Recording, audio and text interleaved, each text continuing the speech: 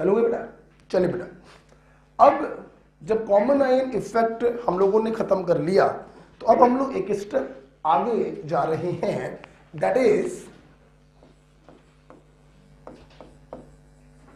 Comparison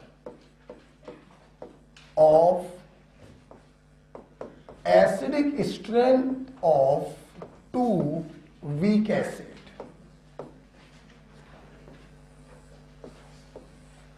comparison of acidic strength of two weak acid. बेटा strong acid तो 100% टूट जाते हैं, हम लोग वीक एसिड की एसिडिक स्ट्रेंथ को कंपेयर करेंगे। मान लीजिए हमारे पास इस एसिड है Ha1, कंसंट्रेशन है C मोलर, और ये वीक एसिड है। अगर वीक एसिड है तो पार्शियली आयोनाइज्ड होगा, बोलो हाँ या ना। मान लीजिए बेटा इसका डिग्री ऑफ आयोनाइजेशन α1 है और इसका आयोनाइजेशन कांस्टेंट Ka1 है। किसी को प्रॉब्लम? चूंकि 1:1 टाइप का है तो सीधे हम लोग लिख सकते हैं Ka1 बराबर C∝1²। किसी को प्रॉब्लम नहीं? मान लीजिए एक दूसरा एसिड है He2, हमने कंसंट्रेशन इसकी भी सेम रखी है, ये भी 1:1 का इलेक्ट्रोलाइट है, इस प्रकार से टूटेगा। माना इसका डिग्री ऑफ आयोनाइजेशन α2 है और इसका आयोनाइजेशन कांस्टेंट Ka2 है। चूंकि ये 1:1 टाइप का है तो Ka2 बराबर भी होगा C∝2²। बोलो हाँ या ना? अच्छा बच्चों, अभी आप रिएक्शन मैकेनिज्म पढ़ के आ रहे हैं, कितना बार पढ़ चुके हो? फिर बोलना। तुम जितना ज्यादा टूटोगे, तुम जितना ज्यादा H+ दोगे, तुम्हारा एसिडिक स्ट्रेंथ उतना ही ज्यादा होगा। तुम्हारे ज्यादा टूटने का तात्पर्य है तुम्हारे अल्फा की वैल्यू ज्यादा होना। तो क्या मैं सीधे ये नहीं लिख सकता हूं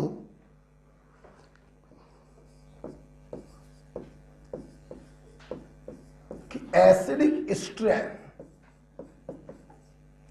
of weak acid is directly proportional to degree of ionization। बोलो हाँ या ना? क्या मैं ये लिख सकता हूं? बोलिए बेटा, क्या ये लिख सकता हूं? तो बेटा एक बात बताओ, सब लोग लिख लीजिए, लिखते रहा करिए, ऐसा तो कुछ नहीं है। कोई स्पेशल चीज आएगी तो मैं खुद कह देता हूं, थोड़ा बहुत लिखते रहा करिए।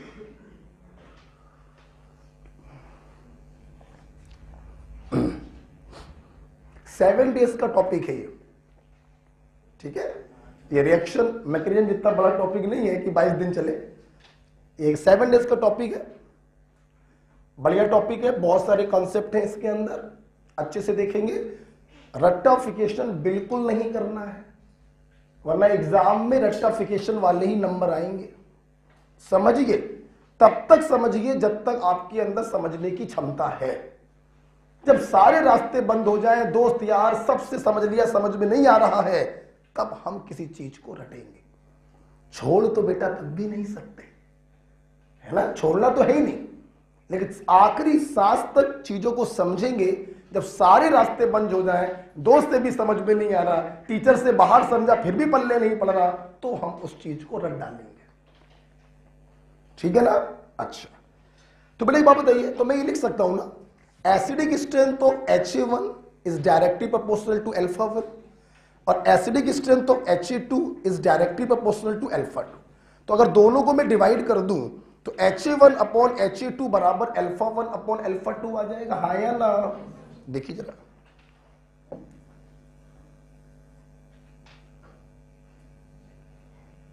देखिए जरा, तो मैंने लिखा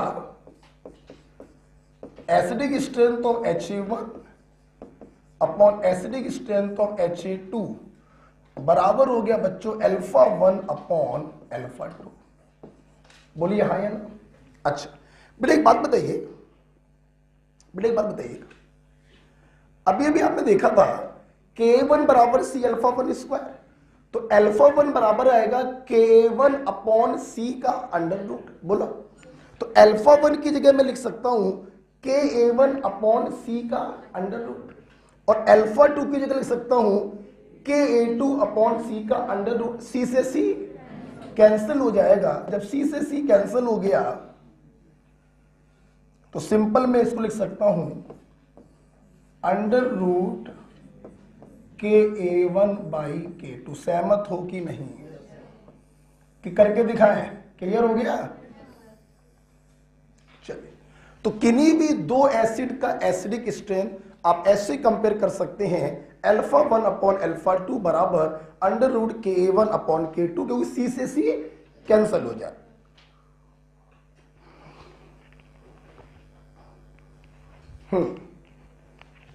किसी बच्चे को प्रॉब्लम ना आ गई हो तो मैं दिखा दे रहा हूं। अल्फा 1 ये होगा बेटा under root KA1 by C, और अल्फा 2 क्या होगा under root K2 by C। जब दोनों को आप डिवाइड करेंगे तो C से C कट जाएगा, तो अल्फा 1 अपॉन अल्फा 2 बराबर आएगा under root KA1 by K। वही लिखा। तो यहां से ये क्लियर हो रहा है, जिस एसिड का आयोनाइजेशन कांस्टेंट बड़ा होता है उसका डिग्री ऑफ आयोनाइजेशन भी बड़ा होता है और उसकी एसिडिक स्ट्रेंथ भी ज्यादा होती है। क्लियर हो गया? आप यहां से ये रिजल्ट तो निकाल ही रहे हैं कि जिसका आयोनाइजेशन कांस्टेंट बड़ा होगा उसकी एसिडिक स्ट्रेंथ भी ज्यादा होगी, और यहां से आप एग्जैक्ट रिलेशन भी बता सकते हैं कि कोई एसिड किसी दूसरे एसिड से कितने गुना ज्यादा स्ट्रांग होगा। आप एग्जैक्ट आंसर भी बता सकते हैं। ओके, जैसे फॉर एग्जांपल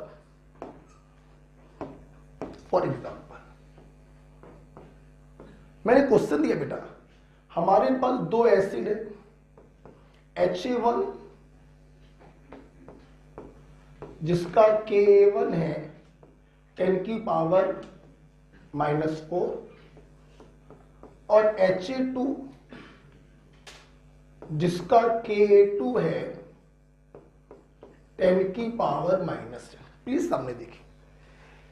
इतना देखकर हम डंके की चोट पर बोलेंगे कि this acid is much stronger than this acid, क्योंकि इसका Ka बहुत बड़ा है। और अगर कोई एग्जामिनर आपसे जबरदस्ती कर रहा है, नहीं एग्जैक्ट बताइए कितना बड़ा है, कितने गुना ज्यादा स्ट्रॉन्ग है, तो वो भी बता सकते हैं अपन, वो भी बता सकते हैं हम लोग। आप देखिए acidic strength of HA1 upon acidic strength of HA2 बराबर under root KA1 upon K2।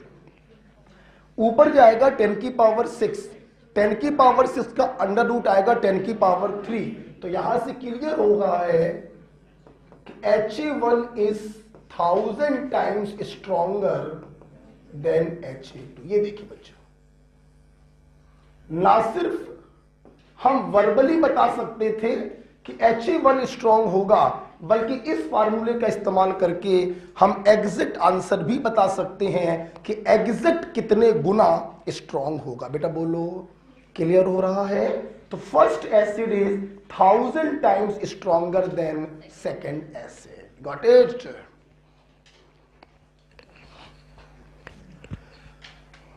Physical और ऑर्गेनिक में सबसे भयानक मजा आता है, और उधर आ जाओ पीरियोडिक टेबल, केमिकल बॉन्डिंग और कोऑर्डिनेशन, बहुत मजा आता है। थोड़े से बोरिंग होते हैं S and P block, D block नहीं होता है, डी एंड एफ ब्लॉक बिल्कुल फिजिकल केमिस्ट्री होती है। थोड़ा सा बोरिंग होता है केमिस्ट्री में एस एंड पी ब्लॉक, थोड़ा सा बस। बाकी डी ब्लॉक, एफ ब्लॉक बड़े प्यारे चैप्टर्स हैं, नीट के चहेते चैप्टर्स हैं। डी एंड एफ ब्लॉक से 2 क्वेश्चन आते हैं नीट में, खूब पढ़ाएंगे आपको, है ना? चलिए, ये क्लियर हो गया? अच्छा बेटा मेरी बात सुनना, मेरी बात सुनना। जैसे आपने वीक एसिड को कंपेयर किया, वैसे बच्चों आप वीक बेस को कंपेयर कर सकते हो। Basic strength of first base upon basic strength of second base बराबर अल्फा 1 अपॉन अल्फा 2। यहां पे लिख दोगे KB1 upon KB2। Ionization constant of first base upon ionization constant of second base. बड़ा क्लियर हो गया पॉइंट। बेस को भी कंपेयर कर सकते हो, ठीक है, हटा दो इसको, कंपैरिजन हो गया। चलिए हटाते हैं इसको। जब ये सब हम लोग पढ़ लेते हैं तब मैं आपको पढ़ाऊंगा concept of polyprotic acid.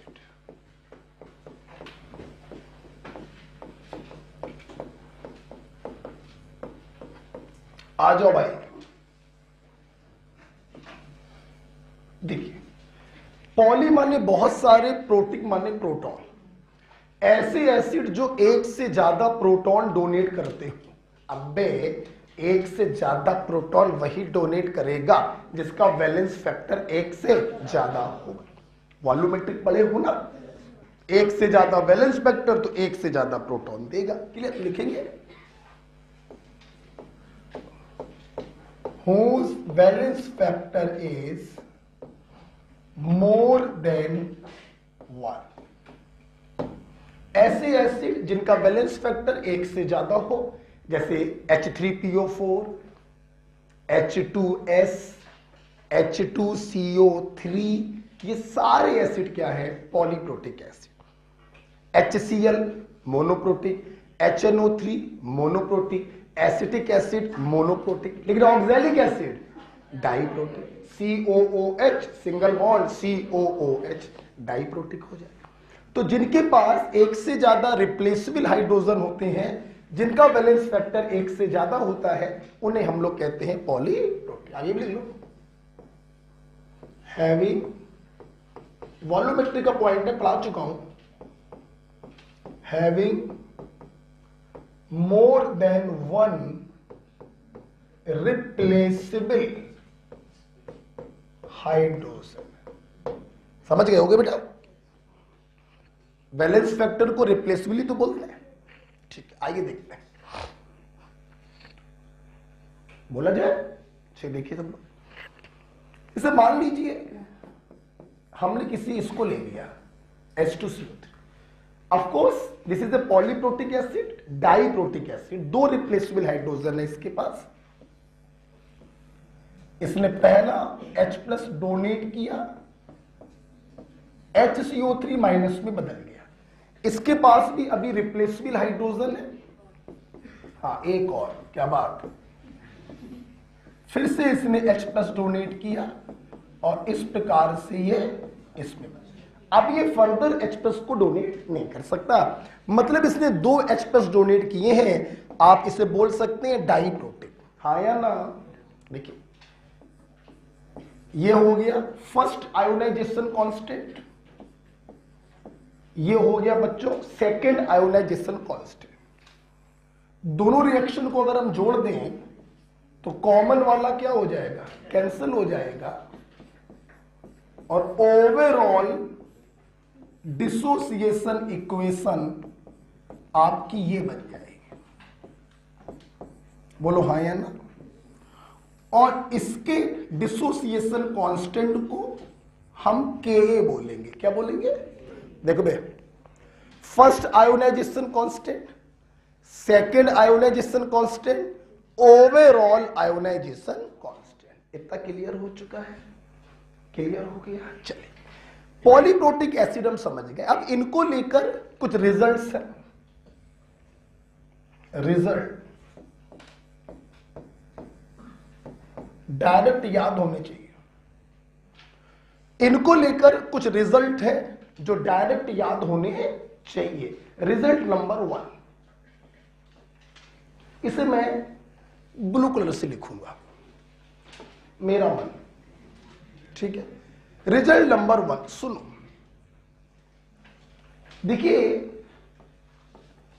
Ka1 is much greater then Ka2, और अगर ये ट्राइप्रोटिक होता तो which is much greater then Ka2।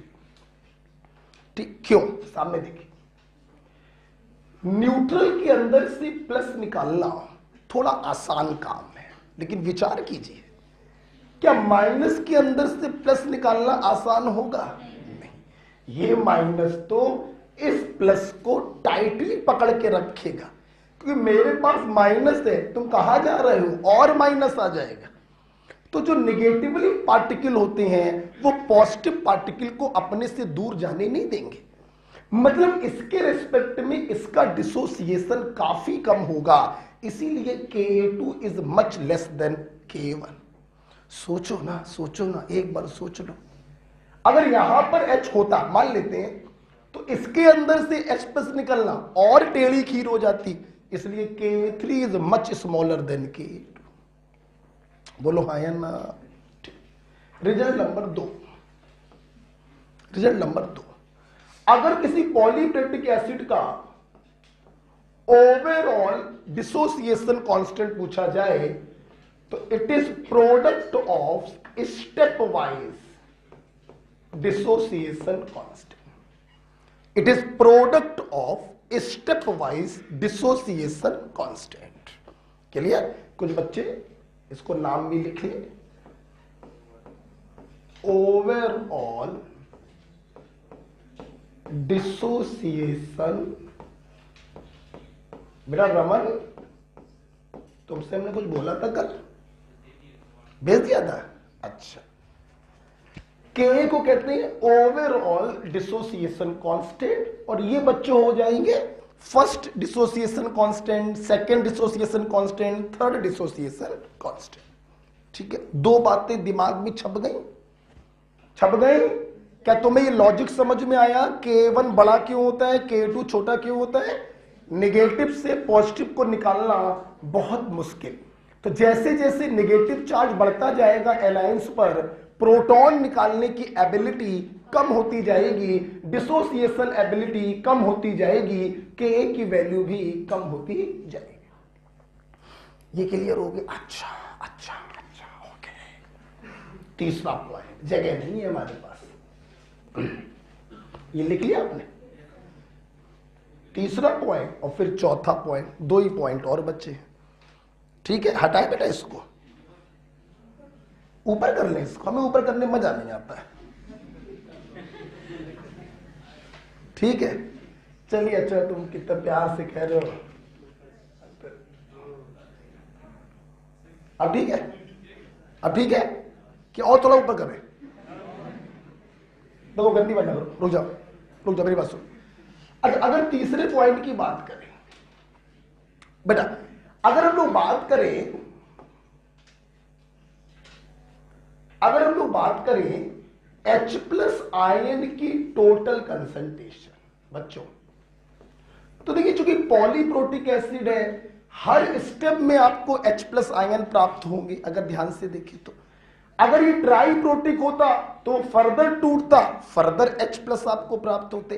तो अगर H प्लस की टोटल कंसंट्रेशन की बात करें तो it is equal to H plus given by first dissociation plus H plus given by second dissociation plus and so on, dot कर लेना, जगह नहीं है मेरे पास। ठीक है, तो H प्लस की टोटल कंसंट्रेशन अगर देखें तो H plus given by first step plus H plus given by second step plus H plus given by third step and so. ठीक, सुनना। मैं अगर इस बाइकार्बोनेट की बात करूं, ये तो सिर्फ फर्स्ट स्टेप से मिल रहा है। मैं कार्बोनेट की बात करूं, सिर्फ सेकेंड स्टेप से मिल रहा है। लेकिन अगर मैं H प्लस की बात करता हूं तो ये सारे स्टेप से मिल रहा है। सो H प्लस की total concentration must be equal to 1 + 2 + 3 and so. अच्छा सुनना बेटा, जैसा कि मैंने अभी आपको बताया कि K1 की वैल्यू बहुत बड़ी होती है, मतलब फर्स्ट स्टेप से जो H प्लस प्राप्त होता है it is much more than obtain from second और थर्ड स्टेप। जैसे फर्स्ट स्टेप को टूटने से अगर 1,00,000 H प्लस मिलते हैं तो सेकंड स्टेप के टूटने से 100 H प्लस मिलेंगे, और थर्ड स्टेप के टूटने से 10 H प्लस मिलेंगे। तो आप बताइए 1,00,000 के सामने 100 और 10 की कोई वैल्यू होती है? इसलिए बच्चों जब भी आपसे H प्लस की टोटल कंसंट्रेशन पूछी जाए आप सारे स्टेपों को इग्नोर कर देंगे। क्या कर देंगे? हम मानेंगे कि हमें H प्लस सिर्फ फर्स्ट स्टेप से प्राप्त हो रहा है, आल्दो ऐसा है नहीं, प्राप्त तो वो सारे स्टेपों से हो रहा है, लेकिन फर्स्ट स्टेप से 1,00,000 H प्लस मिल रहे हैं, सेकंड स्टेप से 100 H प्लस मिल रहे हैं, थर्ड स्टेप से 10 H प्लस मिल रहे हैं, फोर्थ स्टेप से 1 H प्लस मिल रहा है। तो 1,00,000 के सामने 100, 10 और 1 की कोई वैल्यू नहीं है। इसलिए बच्चों हम लोग हमेशा ये मानते हैं कि H plus is actually first step ion, that's it.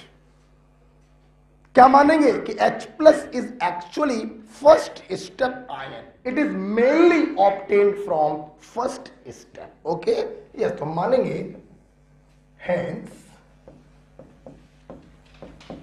It's concentration is mainly decided by first step. Hence, its concentration is mainly decided by first step. Okay बेटा, बड़ा पॉइंट बेटा क्लियर हो रहा है। तो हम इसको ऐसे भी बोल सकते हैं कि H प्लस को हम लोग क्या कंसीडर करेंगे, फर्स्ट स्टेप आयन। हम ये भूल जाएंगे कि हमें ये सेकंड स्टेप से मिल रहा है या थर्ड स्टेप से भी मिल रहा है, हम इसको सिर्फ फर्स्ट स्टेप का आयन ही कंसीडर करेंगे, because it's concentration is mainly decided by first step. बच्चों क्लियर हो गया, कोई प्रॉब्लम तो नहीं। लास्ट पॉइंट,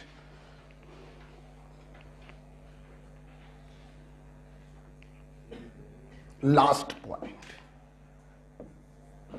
पॉइंट नंबर 4 सबने लिख लिया। देखिए, देखो बेटा, पॉलीप्रोटिक एसिड में आपके एग्जाम में 4 ही क्वेश्चन आते हैं। बोलो कितने? 3 बता दिए मैंने। चल भाई बोल, पहला बोल, K1 is much greater than, which is greater than, which is greater than, next, overall dissociation constant बराबर K1 into K2 into K3 and so on. H plus प्राप्त तो प्रत्येक स्टेप से होता है, but its concentration is mainly decided by, मतलब तुम लोग H प्लस को फर्स्ट स्टेप आयन मानोगे कि नहीं मानोगे? It is consider as first step ion. 3 सवाल हो गए। चौथा सवाल, तुम्हारे एग्जाम में क्वेश्चन आता है कि फर्स्ट स्टेप में जो आयंस हैं उनकी कंसंट्रेशन बताओ, और सेकेंड स्टेप में जो आयंस तुम्हें मिल रहे हैं उनकी कंसंट्रेशन बताओ, इक्विलिब्रियम पर क्या होगी। एक ये क्वेश्चन तुम्हारे एग्जाम में और आता है, एनसीईआरटी में दिया गया है। ठीक, सुनना जाए मेरी बात, चलो मेरी बात से सुनना बेटा। अगर मैं फर्स्ट स्टेप को देखूं बेटा, तो ये टूटकर 2 आयन दे रहा है, एक कैटायन और एक एनायन। मैं इसको भूल जा रहा हूं, तो क्या मैं ये नहीं कह सकता कि this H2CO3 from first reaction point of view, from first reaction point of view, क्या मैं ये नहीं कह सकता कि H2CO3 is a 1s2 1 type of electrolyte, एक कैटायन और एक एनायन दे। और बच्चों, जो 1s2 1 टाइप के इलेक्ट्रोलाइट्स होते हैं उनके आयनों की कंसंट्रेशन होती है C अल्फा बराबर √Ka इंटू सी आयन। तो अगर मैं फर्स्ट स्टेप के आयन की कंसंट्रेशन निकालूं तो क्या मैं सिंपल ये नहीं लिख सकता it is equal to C alpha 1 equal to √Ka1 into C. बोलो हाँ या ना, बोलिए। बड़ा बाबा क्लियर है? फर्स्ट रिएक्शन के पॉइंट ऑफ व्यू से H2CO3 1s2 1 टाइप का इलेक्ट्रोलाइट है, एक कैटायन और एक एनायन दे रहा है। ऐसे केसेस में आयनों की कंसंट्रेशन बराबर होती है √Ka इंटू सी, और यहां पर Ka क्या लिखोगे? Ka1, फर्स्ट स्टेप का डिसोसिएशन कांस्टेंट। अच्छा, और सेकंड स्टेप के जो आयंस होते हैं उनकी कंसंट्रेशन अगर पूछी जाए तो बच्चों फिलहाल याद कर लीजिए, इट इज Ka2। कितनी होती है? Ka2। हुजूर कुछ भी हो जाए ये 4 स्टेप भूलने नहीं चाहिए। पॉलीप्रोटिक एसिड में तुम्हारे नीट में सीधे ये 4 सवाल आते हैं, ध्यान रखिए। ठीक है, चलिए लिख लीजिए। फर्स्ट स्टेप के आयन की कंसंट्रेशन बच्चों होती है, जैसा कि आप जानते हैं 1:1 के इलेक्ट्रोलाइट से √Ka1 × C। और सेकंड स्टेप वाला पॉइंट आपके लिए नया पॉइंट है, it is simply equal to Ka2। Got it? चलिए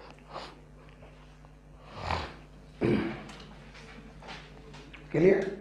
देखिए मेरे छात्र हमसे क्या सीखे हैं, हम समझ जाएंगे। देखिए सबने लिख लिया, बड़ा अच्छा लग रहा है, मजा आ रहा है। लिख लिया आपने? ओहो, चलिए चलिए देख के बताइए अगर आपने लिख लिया है। देखिए क्या सीखे हो। हम आयन बोलेंगे, आप बोलोगे फर्स्ट स्टेप का है कि सेकंड स्टेप का। ठीक, बताओ। कार्बोनेट आयन, अब जोर से बोला। This is carbonate ion. By carbonate ion है, H+ आयन फर्स्ट स्टेप। हम थप्पड़ मारेंगे नहीं, अभी तुम्हें मोटा दिखाई नहीं पड़ रहा है। Hence its concentration is mainly decided by, तो H+ ion first step ion. क्या मानोगे उसको? क्लियर? तो बता ना बेटा, मैं तुमसे H+ की कंसंट्रेशन पूछूं या मैं तुमसे बाई कार्बोनेट की कंसंट्रेशन पूछूं, आपका आंसर होगा √Ka1 × C।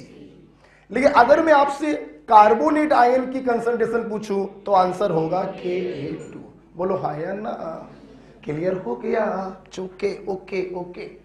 तो चलिए इसके ऊपर एक सवाल कर लीजिए, ये एनसीईआरटी का क्वेश्चन है।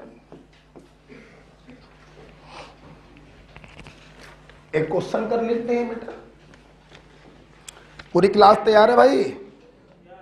ओके, डरा के बोल लो भाई। यस, चलिए देखते हैं। सवाल है, मैं लैंग्वेज के रूप में नहीं दे रहा हूं। मेरे पास H2S है 0.1 मोलर बेटा, ठीक है? हाँ ठीक है। आपसे सवाल पूछा गया है सल्फाइड आयन और बाई सल्फाइड आयन की कंसंट्रेशन बताइए यदि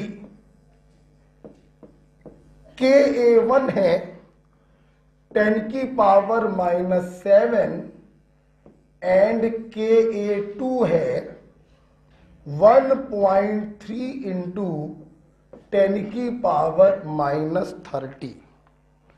बच्चों आप लोग मुझे बस इतना बता दो, क्या ये पॉलीप्रोटिक एसिड है? 2 H+ इसके पास है, ये पॉलीप्रोटिक। Very good. आप बताइएगा HS- फर्स्ट स्टेप या सेकंड स्टेप? आवाज नहीं आ रही, जोर से बोलो। सल्फाइड आयन, तो इसकी कंसंट्रेशन फर्स्ट स्टेप के अकॉर्डिंग होगी √Ka1 × C, और इसकी कंसंट्रेशन सेकंड स्टेप के अकॉर्डिंग होगी Ka2। सो यस यस, बिल्कुल सही बोल रहे हो, जो बोल रहे हो बिल्कुल सही है। HS- आयन फर्स्ट स्टेप का माना जाएगा,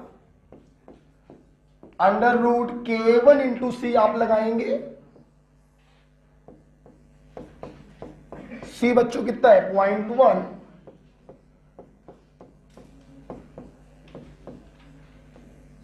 ये आपका पहला आंसर हो गया। आवाज ना करिए, देखिए ठीक है। और अगर बेटा सल्फाइड आयन की कंसंट्रेशन पूछते तो ये सेकंड स्टेप का माना जाता, Ka2 माना जाता।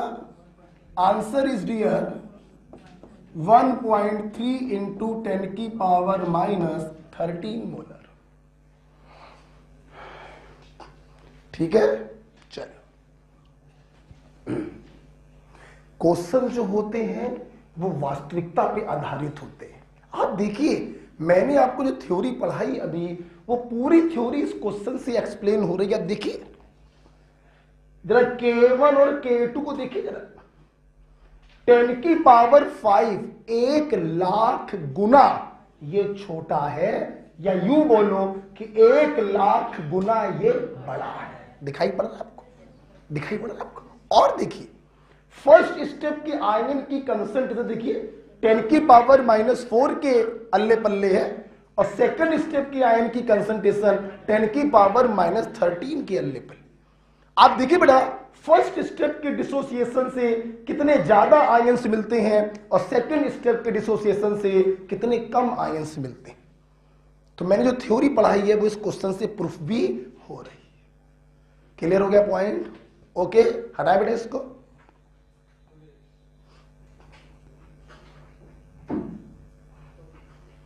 ठीक है,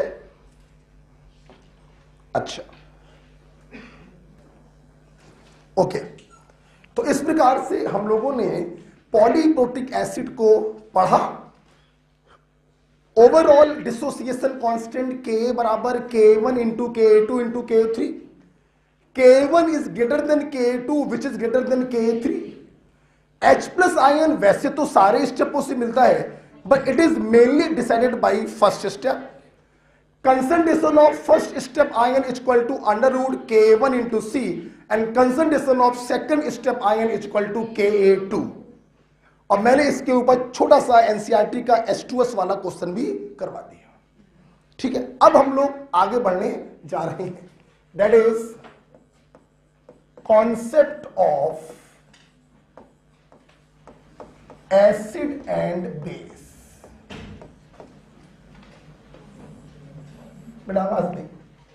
concept of acid and base. घर पर चीजों को अच्छे से रिवाइज करिएगा, ध्यान रखिए भाई, है ना। देखो बेटा अगर हम बहुत पुराने समय की बात करें तो प्रैक्टिकली अगर बात करें तो एसिड और बेस को पहचानने के लिए हम लोग लिटमस पेपर का इस्तेमाल करते हैं। किसका बेटा? लिटमस पेपर क्या होते हैं बेटा? एसिड के केस में हमारे पास दो प्रकार के लिटमस होते हैं, ब्लू लिटमस पेपर और बोलो बच्चों रेड लिटमस पेपर। देखिए एसिड क्या करते हैं, ब्लू लिटमस को रेड में बदलते हैं और बेस क्या करते हैं, रेड लिटमस को ब्लू में बदलते हैं।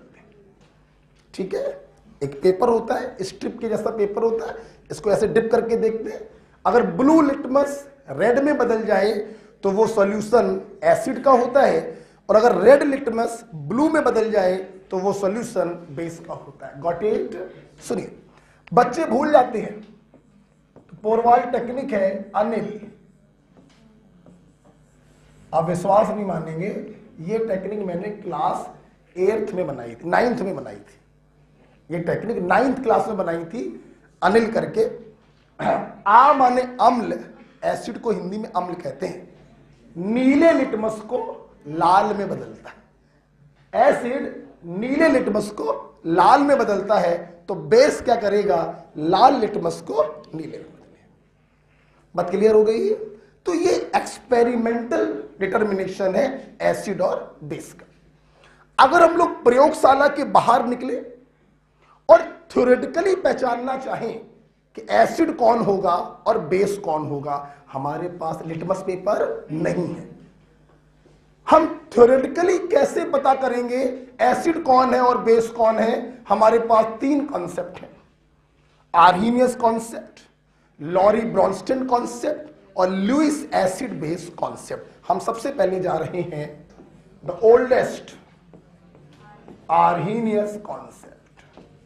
बोलिए मत, एंजॉय करिए, आयनिक इक्विलिब्रियम को फील करिए विद विकास पोरवाल। ठीक, ओके, आइए, जहां भी पढ़ा होगा आपको बहुत अंतर समझ में आएगा।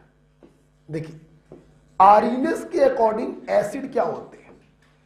वो सब्सटेंस जिनको पानी में घोलने पर हमें H+ प्रोवाइड हो उन्हें हम कहते हैं एसिड। Donates H+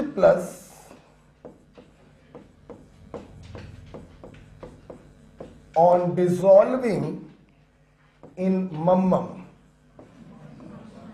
water. काश वो दिन लौट आए। आज की गंदगी से कई गुना ज्यादा अच्छी वो गंदगी है जो मिट्टी में लूटा करते थे। आया ना? आज तो बहुत गंदगी है चारों तरफ। मैं ये गंदगी से बड़ा आहत हूं। मजाक कर रहे हैं, सीरियस मत हो। बेस कौन, इधर देखिए बेटा। तो एसिड वो होते हैं जिसको पानी में डालने पर वो H+ डोनेट करें। जैसे आप देखिए HCl, पानी में डालेंगे H+ को डोनेट करेगा। आर्हीनियस एसिड है। H2SO4 पानी में डालोगे H+ को डोनेट करेगा, आर्हीनियस एसिड है। CH3COOH पानी में डालोगे H+ को डोनेट करेगा, आर्हीनियस एसिड है। बेस की बच्चों बात करें, donates OH- ion on dissolving in water. कल इसकी सीट मिलेगी आपको, ठीक है। जैसे देखो बेटा, NaOH पानी में डालेंगे OH- देगा, आर्हीनियस बेस है। CaOH का होल ट्वाइस पानी में डालेंगे OH- देगा, आर्हीनियस बेस है। ठीक है, ओके बेटा। अच्छा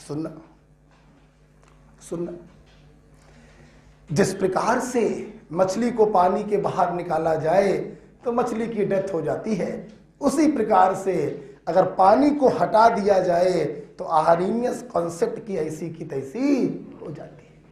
मतलब this concept is valid only in aqueous phase. अगर आप पानी के बाहर गए तो आर्हीनियस कॉन्सेप्ट बेका डिस्ट्रॉय हो जाता है, खत्म हो जाता है। राइट, अगला पॉइंट लिखेंगे, अगला पॉइंट लिखेंगे, ऊपर हटाना चाहेंगे।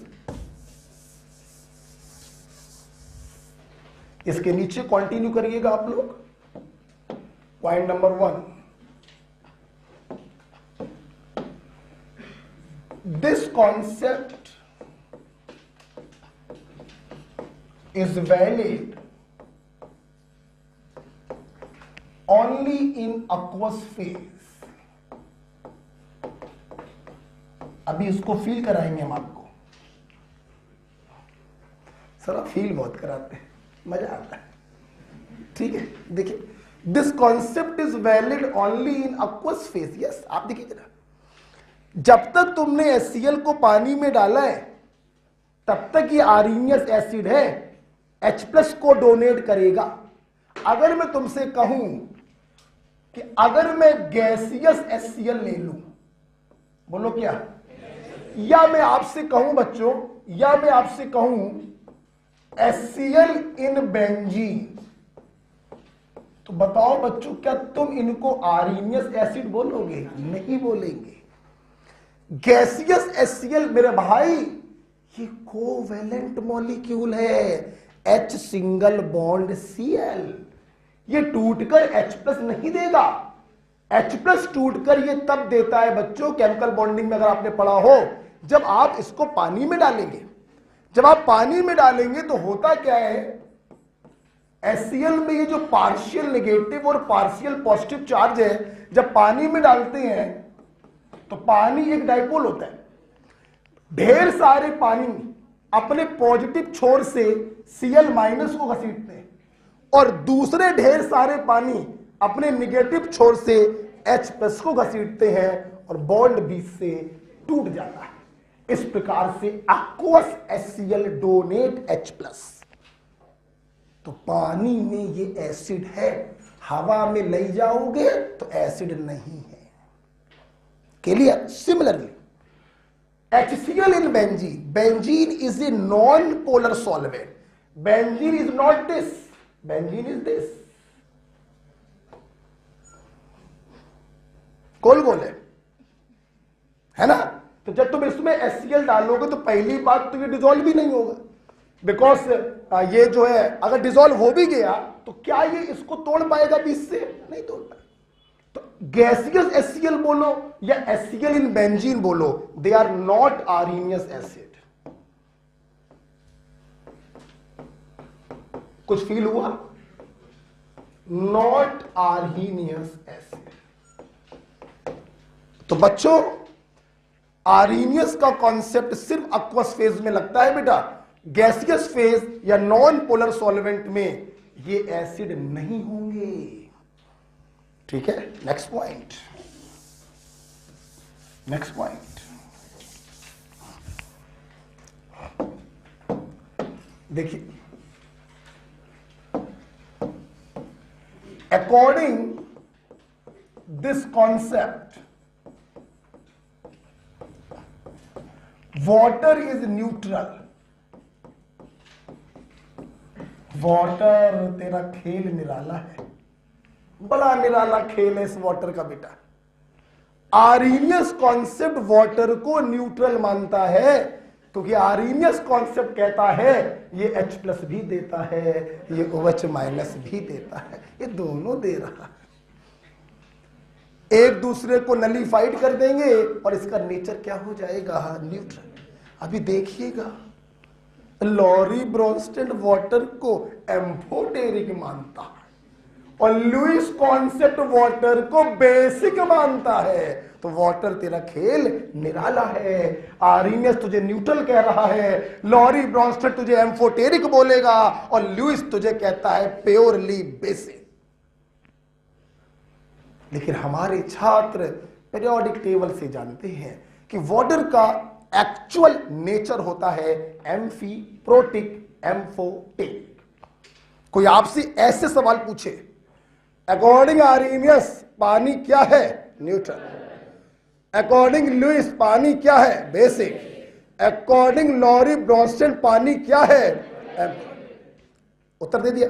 अब कोई आपसे पूछे वाटर इज ए एम्फोटेरिक, अगर कोई कॉन्सेप्ट नहीं बोला जा रहा है तो उसका एक्चुअल नेचर हम लोग मानते हैं amphoteric. Got it? Next point. ओहो हो, अगला पॉइंट आ गया, देखो ना, एक बार सामने देखो, सुनना। बड़े एक बात बताओ, तुमने कहा कि तुमने HCl को पानी में घोला, पानी के डाइपोल ने इसको बीच से तोड़ दिया और इसने टूटकर 2 आयन दिए, H+ आयन और OH- आयन। बेटा जब ये आयन वाटर में पड़े होंगे तो ये आयन चारों तरफ से वाटर से घिर जाते हैं and now they are called aqueous ion. Periodic table में पढ़ाया, process is called hydration. Ion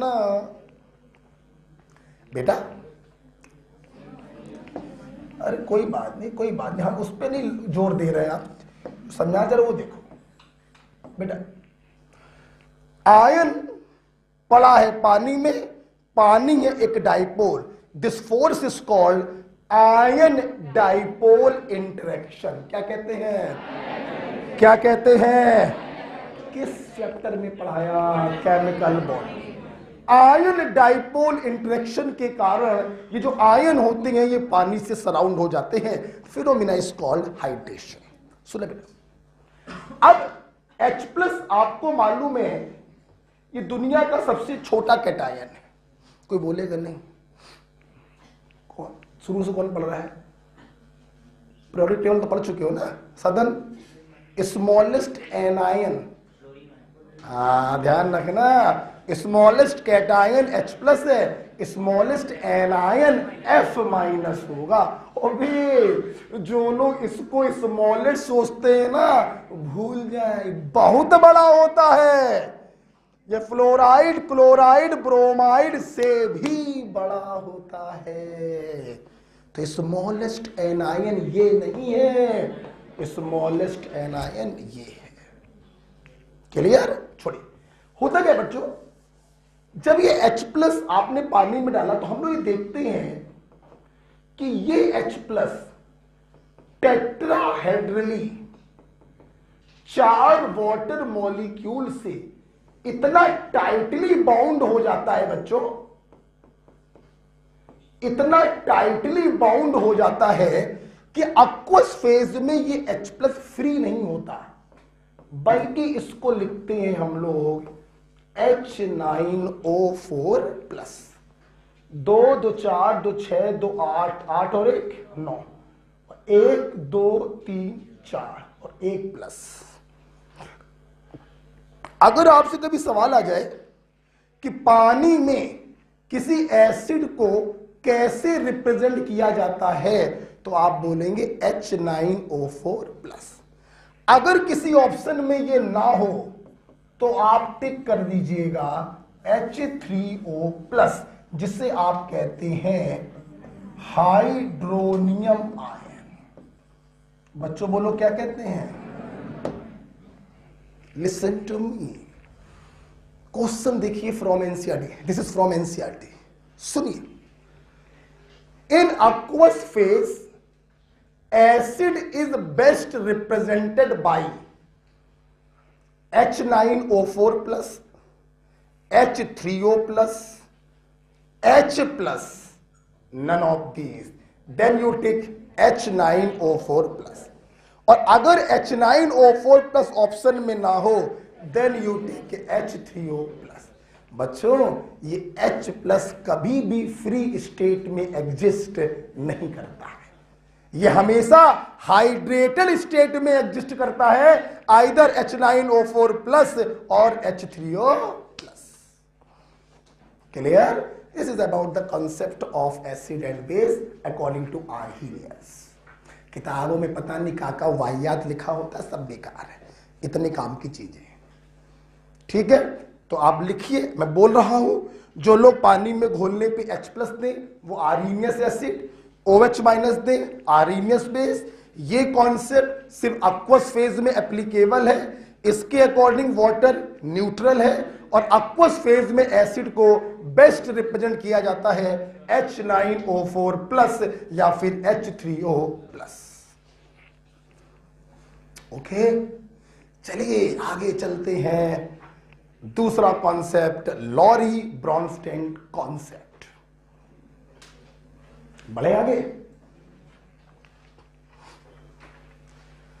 this is not free, H plus free नहीं होता है, ये हमेशा हाइड्रेटेड फॉर्म में एग्जिस्ट करता है, क्योंकि ये स्मॉलेस्ट आयन है इस धरती का, इतना ज्यादा फोर्स ऑफ अट्रैक्शन लगता है इसके और वाटर के बीच में कि बच्चों ये फ्री रह ही नहीं पाता, ये हाइड्रेटेड फॉर्म में एग्जिस्ट करता है। ठीक है, चलो आगे बढ़ते हैं। दूसरा कॉन्सेप्ट है लॉरी ब्रॉन्स्टेड कॉन्सेप्ट। देखिए बड़ा, लॉरी ब्रॉन्स्टेड कॉन्सेप्ट हमसे कहता है proton donor are acid and proton acceptor are base. Proton donor are acid and proton acceptor are base। ये तो तुम लोग वहां भी पढ़ चुके हो रिएक्शन मैकेनिज्म में, जो भी ऑर्गेनिक के बेस होते हैं वो प्रोटॉन एक्सेप्टर ही तो होते हैं। Amine are proton acceptor due to presence of lone pair. ठीक है, कई बार पढ़ चुके हो आप लोग, खैर खूब फील कराएंगे इसको, देखते चलिए। देखिए भैया, तुमने बोला प्रोटॉन, आर्हीनियस ने बोला H प्लस। अबे H प्लस को ही तो प्रोटॉन कहते। बोलो बोलो बोलो। आर्हीनियस बोला H प्लस देने वाला एसिड और ये बोल रहा है प्रोटॉन देने वाला एसिड। अबे दोनों बातें तो सेम ही है। हाँ, Arrhenius acid are also Bronsted acid. जो नयापन आया वो नयापन बच्चों एसिड में नहीं आया है, बेस में आया है। आर्हीनियस ने बोला OH माइनस देने वाले बेस, इन्होंने बोला प्रोटॉन लेने वाले बेस, तो दोनों डेफिनेशन अलग हो गई। लेकिन एसिड के केस में तो दोनों डेफिनेशन क्या है, सेम, बस नाम बदल दिया। अबे राम बोलो श्याम बोलो, बात तो भगवान की ही चल रही है। है ना। इसलिए सबसे पहला पॉइंट मैं यही लिखवाता हूं। सबसे पहला point, Arrhenius acid and Bronsted acid are same. सबसे पहला पॉइंट तो मैं ये लिखवाता हूं, ठीक है। Arrhenius acid and Bronsted acid are same, ठीक है बेटा। मैंने अभी जस्ट 2 दिन पहले ही आपकी रिएक्शन मैकेनिज्म खत्म करी है। देखे कुछ भूल तो नहीं गए? क्या मेरे स्टूडेंट को कंजुगेट एसिड और बेस बनाने आते हैं? कंजुगेट एसिड बनाना है तो H+ को ऐड करेंगे, दैट इज H2CO3, और कंजुगेट बेस बनाना है तो H+ को बाहर निकालेंगे, CO3-2। मालूम है कि नहीं? कंजुगेट एसिड बनाना है, H+ को ऐड कर दो, बन जाएगा। कंजुगेट बेस बनाना है, H+ को बाहर। देखिए बेटा, सामने देखिए बेटा, लॉरी ब्रोंस्टन को समझाने जा रहा हूं। देखिए HCl मैंने पानी में डाला, अरे बेटा क्या हुआ? H3O प्लस Cl में। देखिए आपके एग्जाम में मैंने ऐसे क्वेश्चन भी देखे हैं कि ऐसे रिएक्शन लिखकर आती है और आपसे पूछते हैं बताइए ब्रोंस्टन एसिड कौन है और ब्रोंस्टन बेस कौन है। देखिए HCl बदल रहा है Cl- में, इसने H+ को डोनेट किया होगा, दिस इज ए ब्रोंस्टन एसिड। बोलो हाँ या ना। वाटर बदल रहा है H3O+ में, इसने प्रोटॉन को एक्सेप्ट किया होगा, दिस इज ए ब्रोंस्टन बेस। बोलो हाँ या ना। ठीक, उल्टा देखो, H3O+ बदल रहा है H2O में, इसने प्रोटॉन को डोनेट किया होगा, दिस इज ब्रोंस्टन एसिड। Cl- बदल रहा है HCl में, इसने प्रोटॉन को एक्सेप्ट किया होगा, दिस इज ए ब्रोंस्टन बेस। बोलो हाँ या ना। कोई प्रॉब्लम है तो आपके एग्जाम में ऐसे क्वेश्चंस भी आ जाते हैं। ठीक, देखते रहिए बेटा। अगर हम ध्यान से देखें तो HCl का Cl- कंजुगेट बेस हुआ कि नहीं हुआ?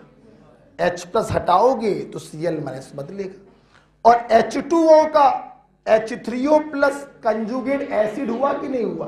तो क्या मैं ये नहीं कह सकता हूं ये दोनों आपस में कंजुगेट एसिड बेस पेयर है और ये दोनों आपस में कंजुगेट एसिड बेस पेयर है? क्या मैं नहीं कह सकता? बोलो। अबे इसका कंजुगेट बेस ये है और इसका कंजुगेट एसिड ये है, तो क्या मैं इन दोनों को कंजुगेट एसिड बेस पेयर नहीं बोल सकता? और क्या मैं इन दोनों को भी कंजुगेट एसिड बेस पेयर नहीं बोल सकता हूं?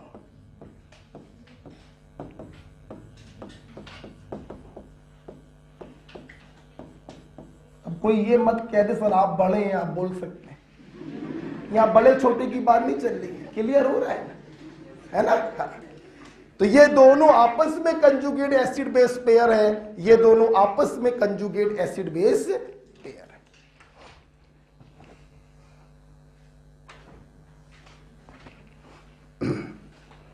पॉलीप्रोटिक एसिड क्लियर हुआ था है?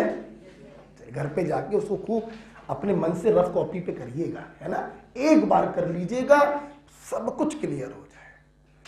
क्लियर सिर्फ उन्हें नहीं होता है, कठिन चीजें सिर्फ उन्हें लगती हैं जो घर पे जाके रजिस्टर ऐसे फेंकते हैं, मोबाइल उठाते हैं या गाड़ी उठाते हैं और घूमने निकल जाते हैं। जो पढ़ने आया है उसे सब समझ में आएगा, आज नहीं तो कल। मस्ती करने आए हो तो फिर मस्ती कर लो बेटा, क्या कर सकते हैं। आगे बढ़े हम लोग।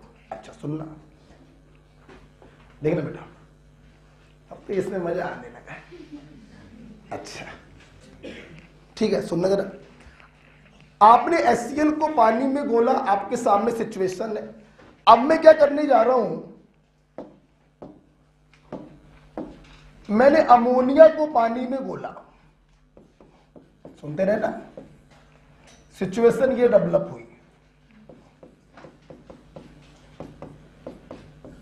सिर्फ देखते चलिए। फिर से आपके नीट में क्वेश्चन आ गया, एसिड और बेस को पहचानो। तुम लोग बोलोगे, मैं नहीं बोलूंगा, बोलो बोलो। काहे? H+ को एक्सेप्ट किया होगा तभी तो ये बना होगा। तो ये बेस हो गया, ब्रॉन्स्टेड बेस। H+ निकाला होगा तभी तो OH में बदला होगा, ऐसे। उल्टा बोलो, है? बोलो काहे? H+ निकाला होगा तभी तो अमोनिया में बदला होगा। बोलो है? तो अगर मैं आपसे पूछूं रिएक्टेंट और प्रोडक्ट साइड में एसिड बेस पेयर कौन कौन है, ये दोनों आपस में एसिड बेस पेयर है और ये दोनों आपस में एसिड बेस पेयर है। बोलो हाँ या ना, लिख लो।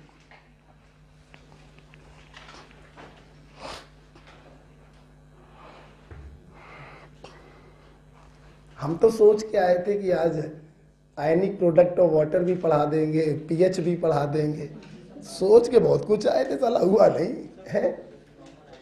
कोई बात नहीं, कॉमन आयन इफेक्ट तो समझ में आ गया, कोई बात नहीं, हो जाता है। बच्चों आगे बढ़ जाए।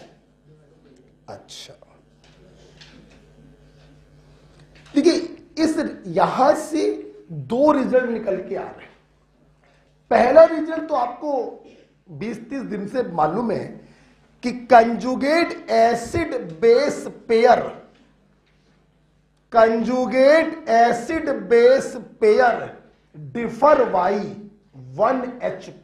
हा या ना, हा या ना, कोई भी देख लो, ये दोनों कंजुगेट एसिड बेस पेयर है, एक H+ का डिफरेंस है। ये दोनों कंजुगेट एसिड बेस पेयर है, एक H+ का डिफरेंस है। ठीक है, तो लिखेंगे पहला पॉइंट, हम बोल नहीं रहे, बोल रहे, लिखो तुम लोग। पहला पॉइंट लिखिए, 10 conjugate acid base pair differ by 1H+। 10 conjugate acid base pair differ by 1H+। ठीक है, अच्छा दूसरा point,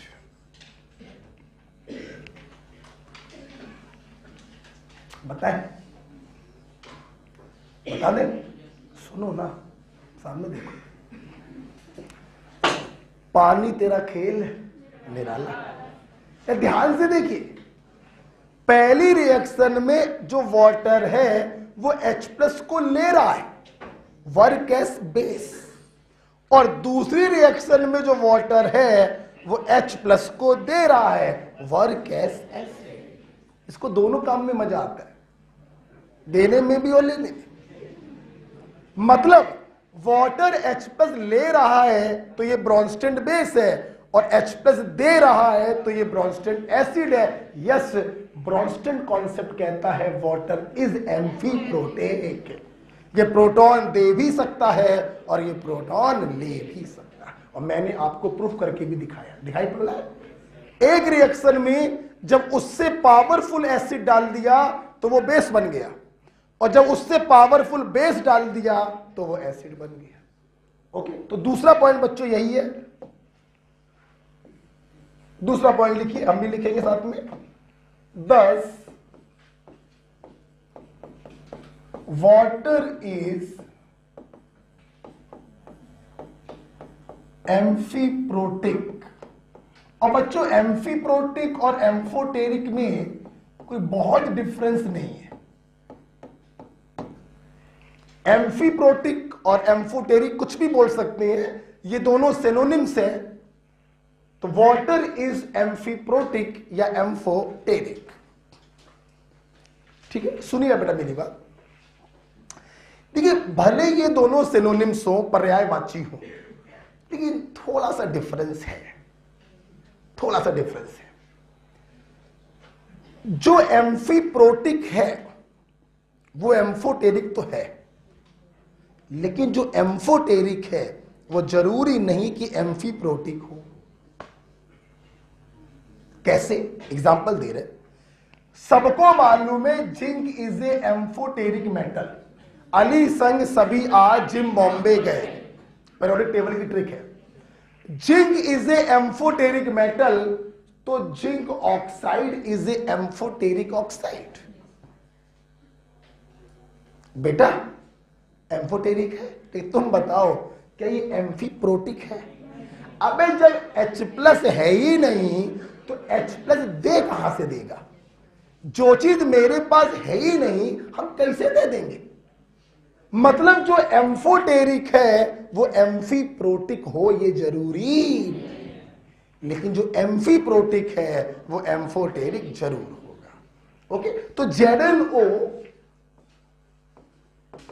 is amphoteric but not, इतना लिख लोगे ना तो तुम्हें समझ में आ जाएगा कि सर ने क्या समझाया। तो इतना लिख लो बस, और डब्बे में थोड़ा सा बंद कर देना। तो एम्फीप्रोटिक तो एम्फोटेरिक होते हैं, लेकिन सारे एम्फोटेरिक एम्फीप्रोटिक नहीं होते।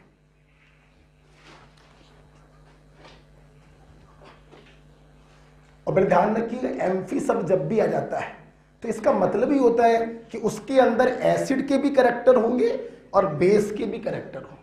वो एसिड से भी रिएक्शन कर सकता है, वो बेस से भी रिएक्शन कर सकता है। क्लियर? अच्छा सुना बेटा, चूंकि बच्चों वाटर एम्फीप्रोटिक होता है, इसलिए हम लोग वाटर की ऑटो प्रोटोलिसिस की इक्वेशन लिखते हैं।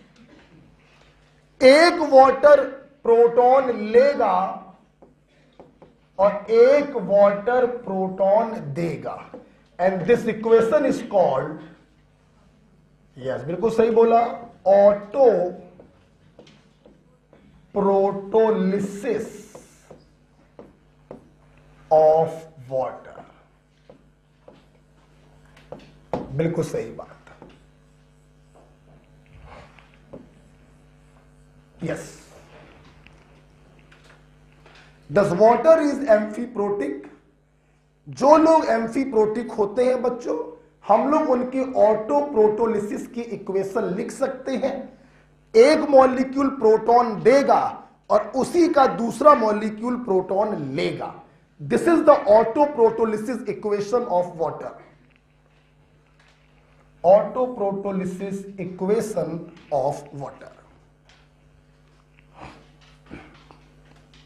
क्लियर? बच्चों आगे बढ़े, आगे बढ़े। ठीक है, अब बच्चों हम लोग जा रहे हैं पढ़ने, तीसरा कॉन्सेप्ट है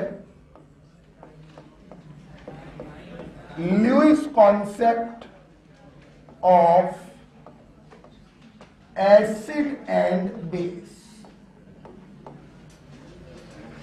Lewis concept of acid and base. देखो बेटा, देखो अभी अभी रिसेंटली आपने रिएक्शन मैकेनिज्म पढ़ी हुई है, इसलिए मैं ज्यादा समय बिल्कुल नहीं दूंगा। लुईस एसिड आर इलेक्ट्रोफाइल, बोलो हाँ या ना। इलेक्ट्रोफाइल बोले तो इलेक्ट्रॉन डेफिशिएंट।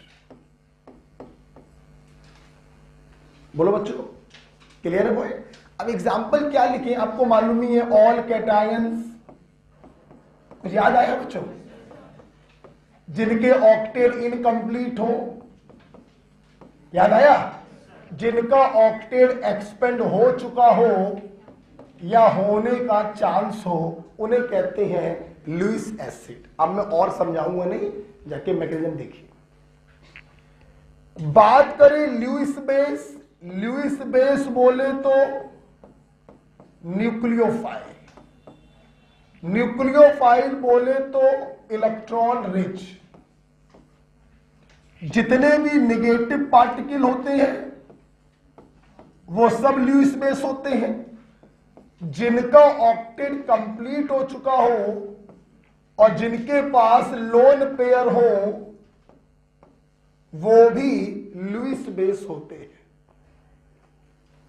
ठीक है, अबे देख लिया तुम लोगों ने बदतमीजी, देख लिया। According to Lewis concept water is purely basic, है ना। वाटर तेरा खेल निराला। According this concept water is purely basic. Arrhenius ने बोला वाटर टू न्यूट्रल है, ब्रॉन्स्टन ने बोला वाटर टू एम्फीप्रोटिक है, लुईस ने बोला वाटर टू प्योरली बेसिक है। और अगर कोई कॉन्सेप्ट ना बोला जाए, सीधे पूछा जाए वाटर इज एम्फीप्रोटिक, राइट। अच्छा बेटा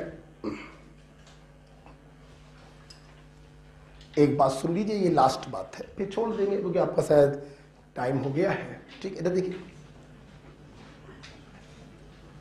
बेटा, एक बात बताना, सोच के बताना, सोच के। ब्रॉन्स्टेड बेस क्या थे जो प्रोटॉन एक्सेप्ट करते थे, कुछ याद आ रहा है? और लुईस बेस क्या है जो इलेक्ट्रॉन रिच है। अबे प्रोटॉन को एक्सेप्ट ही वही करेगा जो इलेक्ट्रॉन रिच होगा। एक बात बता दे, ऑर्गेनिक केमिस्ट्री में जो एमीन होती हैं वो बेसिक होती है, वो प्रोटॉन को एक्सेप्ट करती हैं। क्यों करती हैं? क्योंकि उनके ऊपर लोन पेयर होता है, वो इलेक्ट्रॉन रिच होते हैं।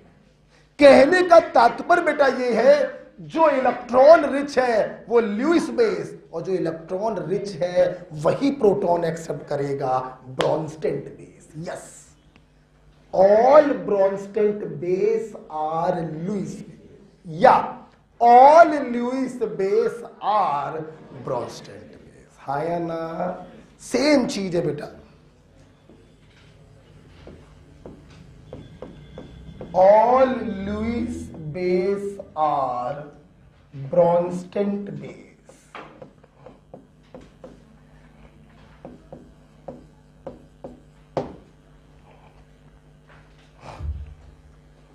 Okay.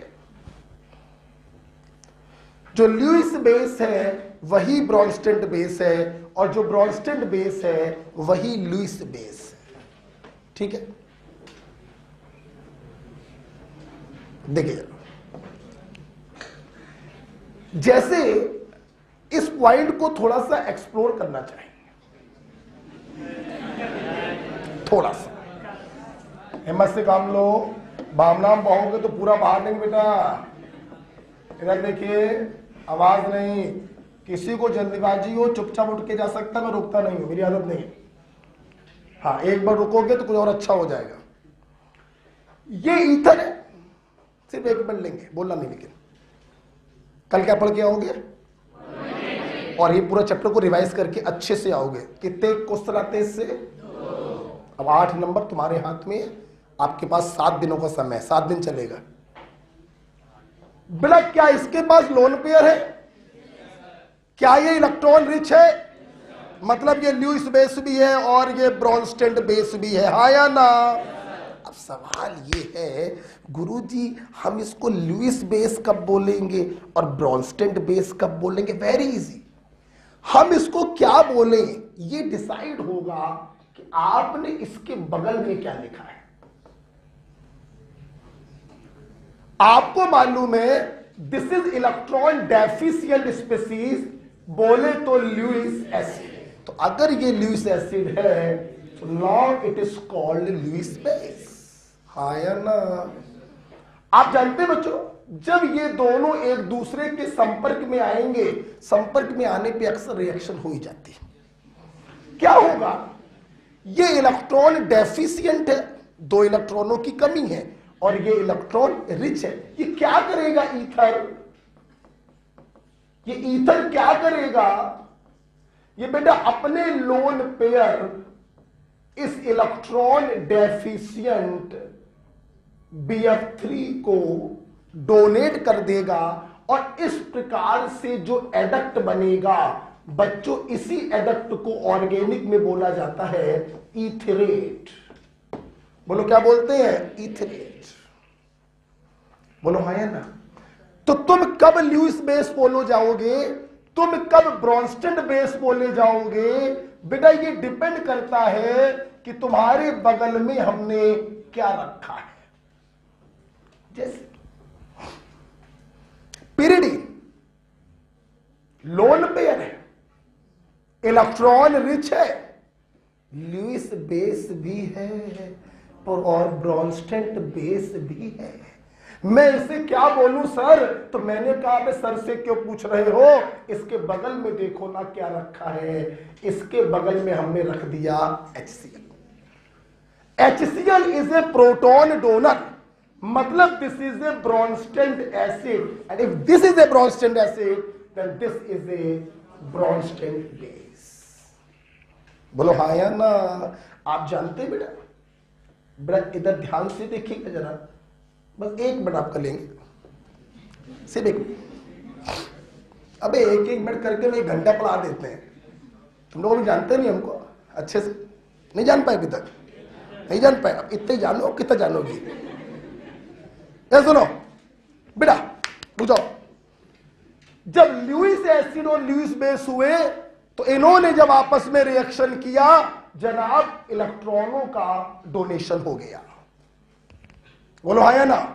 और जब ब्रॉन्स्टेंट एसिड और ब्रॉन्स्टेंट बेस होंगे तो यहां प्रोटॉनों का आदान प्रदान होगा। किसका होगा? Because I am proton donor and you are proton acceptor. तो अब देखिए प्रोटॉनों का आदान प्रदान होगा। क्या मैं प्रिडीन को फार्मूले के रूप में लिख दूं? ये प्रिडीन का फार्मूला है, इसने प्रोटॉन को एक्सेप्ट किया, इस पे चार्ज आ गया प्लस, ये आ गया minus. This is pyridinium chloride. बच्चे सोच लो कि फिजिकल पढ़ते पढ़ते ऑर्गेनिक में घुस गए, इनको उतना ही पता नहीं रहता है। हम साइंस पढ़ते हैं, कंपटीशन के छात्र हैं, बोर्ड के छात्र नहीं।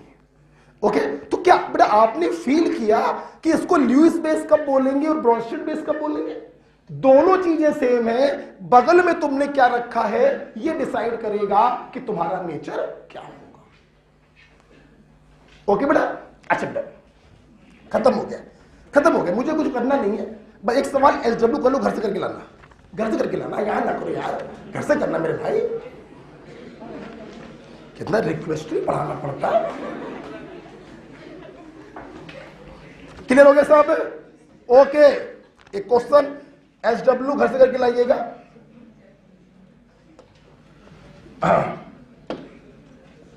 बेटा, और जो इसका आंसर बताएगा उसको कल हम और आगे पढ़ाएंगे।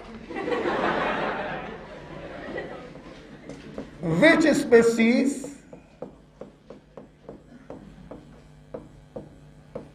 Work as Lewis base, Bronsted base and Bronsted acid?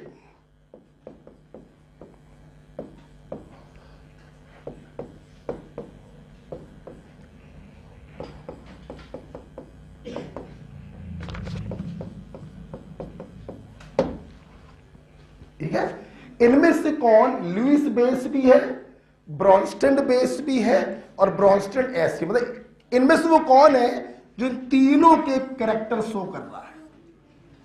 ठीक है, यहां पे करो क्या? अच्छा चलो ठीक है, कल क्या पढ़ के आओगे और इस चैप्टर को पूरा रिवाइज करके बताओ कितना